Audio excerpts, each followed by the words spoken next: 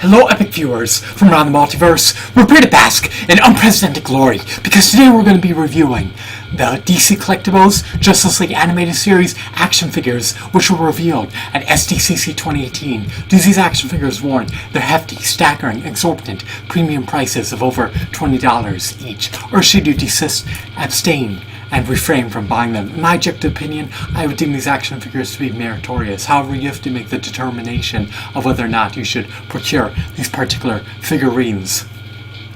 So, which action figures are encompassed within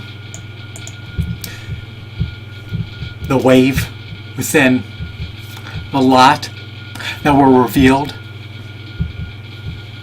at SDCC 2018? We have none other than the illustrious, renowned, venerated, notorious Batman, followed by Superman, as well as the Martian Manhunter, the Flash, Green Lantern, John Stewart, Hawkgirl, Wonder Woman, Aquaman, and I believe that covers everyone. We also have, of course, Hawkgirl. So, sorry that sounded a bit incohesive and jumbled, but let's move on. So, DC Collectibles is releasing 8 Justice League animated series figures, and they emulate their appearances in the Justice League animated series, which debuted amid the early 2000s. What do I think about these figures? Well, these figures are robust in every facet. They're intricately detailed. They look like they popped right out of the comic books. They have high quality sculpts, paint applications, designs, decos, textures, shadings, and accessories. They come with stands, and they'll likely come with interchangeable hands and some nifty accessories for you to display your figures with. I'm presuming that Batman will come with batarangs. Hawkgirl will likely come with her mace. Aquaman will likely come with a hook. Superman and Batman will unequivocally come with a cape, as well as Martian Manhunter. And it would be inexplicably epic if Green Lantern came with some type of energy beam effect that he can discharge from his ring. So an energy blast would coincide eminently well with Green Lantern. But let's move on. So let's look at them one at a time. Overall, I'm going to have to give this lot a 9 out of 10. DC Collectibles is infamous for producing action figures that have shoddy joints. So their joints are chintzy, their joints are low quality, they're fragile, they're feeble, and they can snap and become severed easily. So I wouldn't muck around with these figures too much. Sure, they have tremendous latitude for dynamic posability, they have articulation and all the necessary joints, but even with that said, they can still easily become defective per se. If you tamper with the joints too much, if you fiddle with them too much, then your figures may lose their appendages, their hands, and other various body parts. So let's look at them one at a time real briefly. This Martian Manhunter looks phenomenal. He truly emulates his Justice League animated series appearance. He's a bit more burly and a bit more bulky relative to some of the other characters that are part of the line, such as Wonder Woman and Hawkgirl, which are more lean, more scrawny, and more slender to say the least. So I have no gripes about him. I doubt his cape is removable, but it's likely a separate rubber piece that is plastered on with the usage of adhesive. So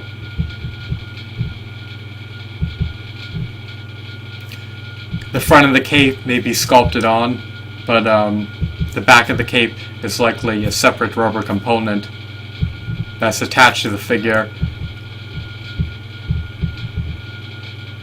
But if that's not the case, then the whole entire cape may be removable if you exude tremendous pressure to extract it from the figure. But I'm presuming that the cape is essentially sculpted onto the figure, but the back of the cape is not confined to the figure with adhesive, because it could be adjusted and flapped. You know, it's likely somewhat pliable, to say the least,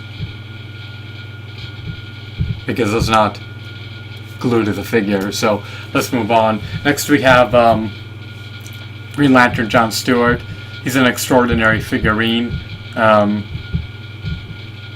His head does look a bit small. I would have preferred if it could have been enlarged. There's nothing too spectacular about the design. It's just standard, generic. And we already have a bunch of Green Lantern John Stewart figures. The Wonder Woman figure is probably the utmost fragile out of all the figurines a part of the set. She coincides eminently well with the rest of the figures because she's a staple character in the series, but there's nothing too special about her, nor is there anything too special about the Superman, the Flash, or the Batman, or even the Hawkgirl. Now, Mattel released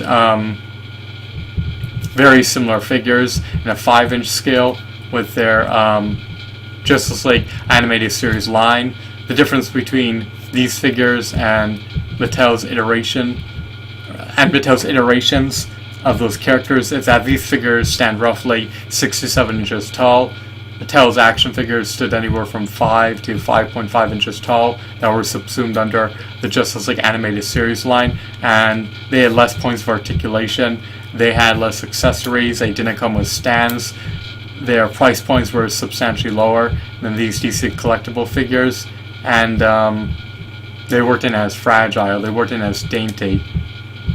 They were meant to be played with and displayed. These action figures are mostly display pieces. If you play with them, if you tamper with them, you're likely going to succumb to having defective figures. So I love this version of Aquaman. It's truly unique.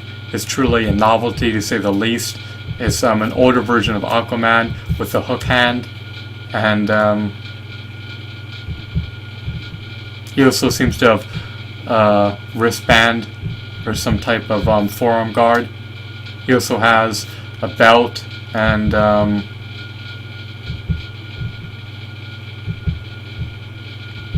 he's not leveraging his shirt, which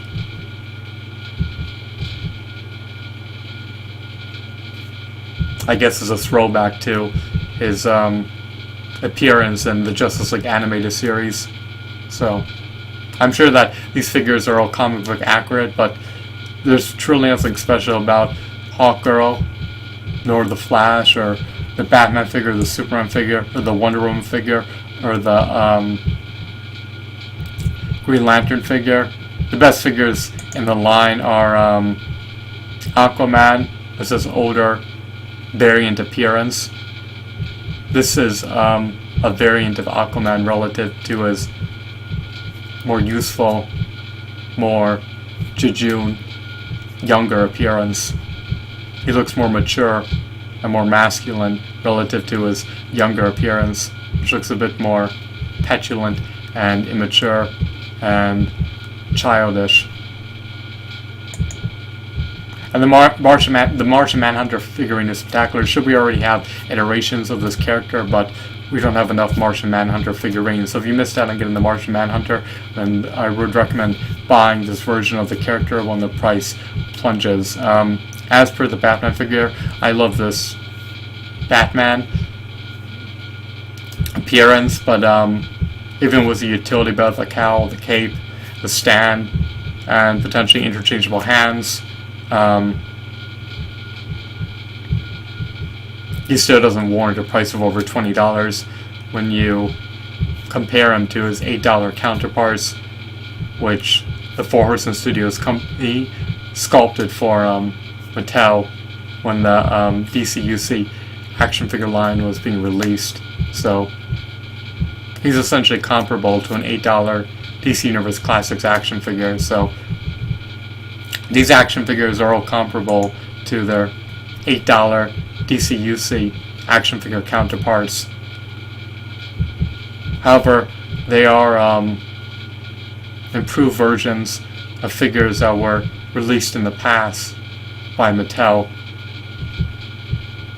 because now DC Collectibles has taken up the reins of the Justice League Animated Series license, and you're getting your same favorite cast of Justice League characters that have more points of articulation, that stand taller, and that potentially come with more accessories, and at least one stand per figure. So if you're looking to upgrade your collection by replacing your Justice League Animated Series figures with these DC Collectibles Animated Series figures, and you can take heed in buying them. However, as a totality, as a whole, as an aggregate, because they're nothing truly unique, because they're not really novelty, because they're iterations of figures that have already been released in an inferior form, and because they're not that much of an upgrade relative to what has been released in the past, because those figures released in the past had decent articulation and decent sculpts and decent shadings and decent textures and decent aesthetics. I'm going to have to give this line a 7 out of 10 at best, just because their prices are eminently high, to say the least. We also have many characters a part of the DCUC action figure line that resemble their Justice League Animated Series appearances, even if they weren't in spot on comic book accurate, but they were close enough to substitute for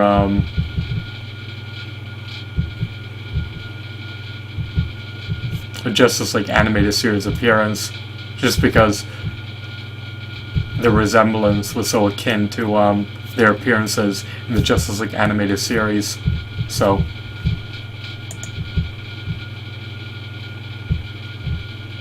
again, they have